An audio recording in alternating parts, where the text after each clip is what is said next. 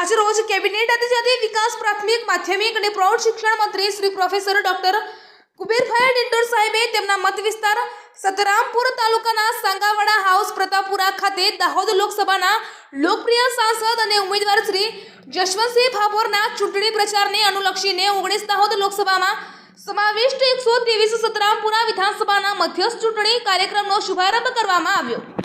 આ તકે વિધાનસભાના સૌ હોદ્દેદારો અને કાર્યકર્તાઓ સાથે બેઠક યોજવામાં આવી હતી, જેમાં ઉપસ્થિત રહી જરૂરી માર્ગદર્શન પૂરું પાડ્યું।